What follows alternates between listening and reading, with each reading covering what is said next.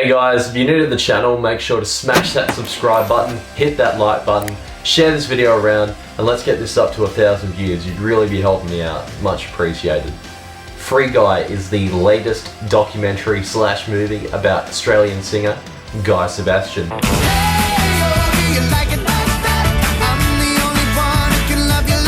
Wait, did I see the right movie?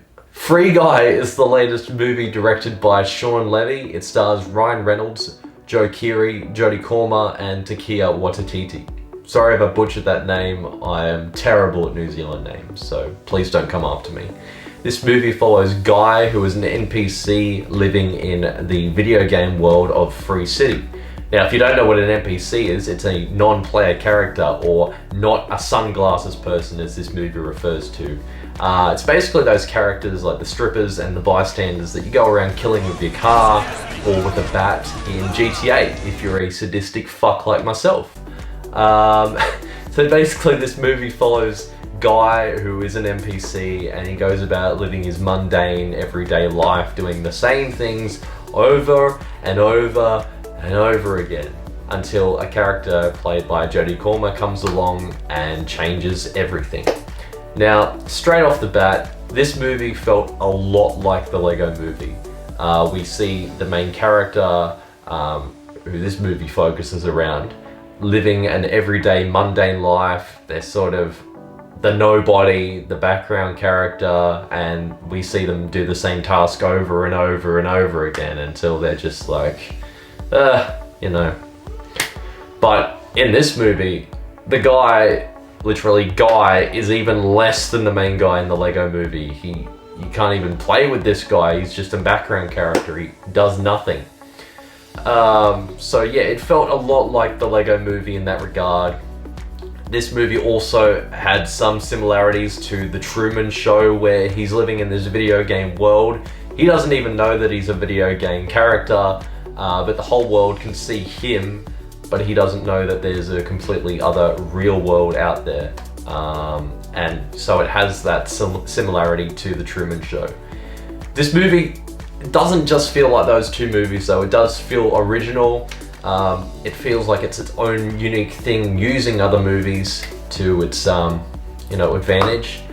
I like the plot in this movie, although it does feel a bit generic with big business coming along and, you know, throwing all the morals out of the window just for that sweet revenue and money.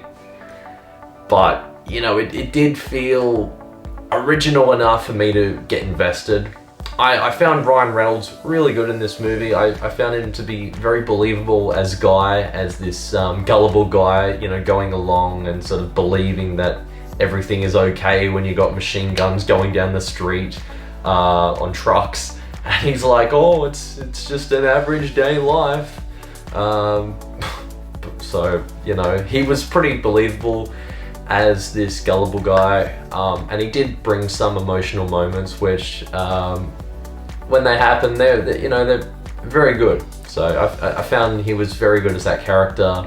Joe Keery also plays a good, like a technician, sort of video game designer. I can see him in that role. He almost felt like Andrew Garfield in The Social Network.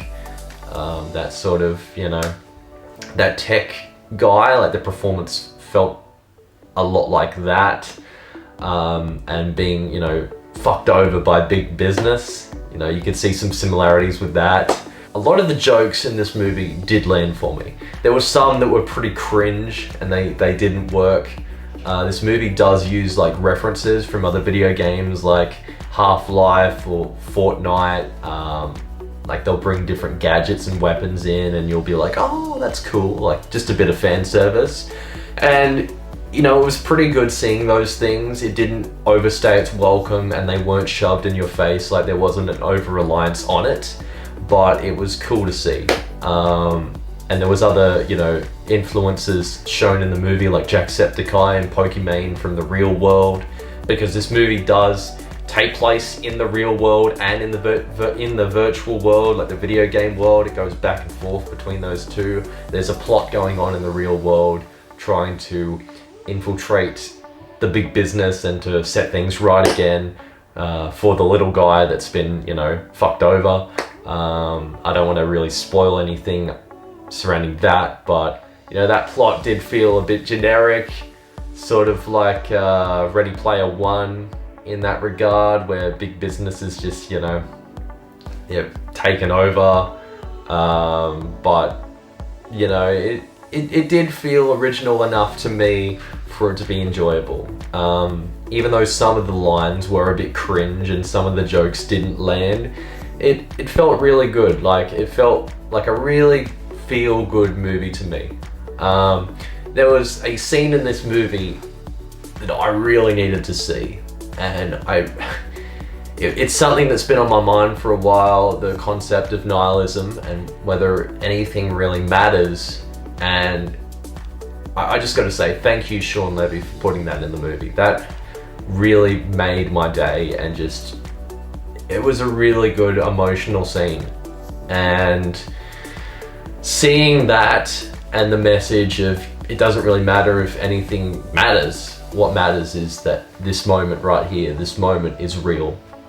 Like that's more powerful than anything I've seen, like, for a long time. Like, that was, it's simple, but it's also like really powerful, and I really needed to see that, so thank you. So if you like video game-esque inspired movies that aren't solely based on a video game, like Tomb Raider or like Resident Evil, that are like just based on a video game but are like their own unique original thing that are inspired by video games, you'll like this movie. It's got enough references to keep you satisfied while also having an original enough plot to keep you entertained.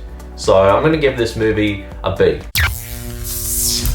It's not a heavy drama-based movie, and it's not gonna leave you going, whoa, the acting and the cinematography, and oh my god, it's so deep.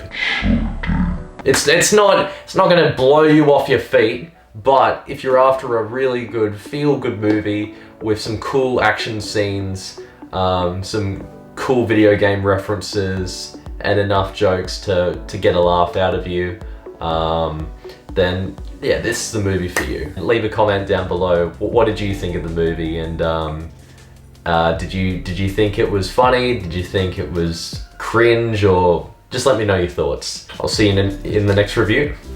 Peace.